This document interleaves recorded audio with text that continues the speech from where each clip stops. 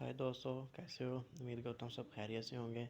तो आज हम आपके पास लेके आए हैं ऑटो कैड प्लान 38 बाई 40 फुट का।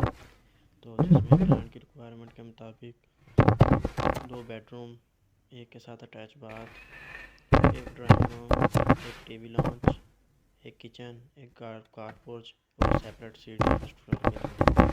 तो चलिए हम आपको बना के दिखाते हैं कि किस तरह ऑटो कैड में डरा सकते हैं।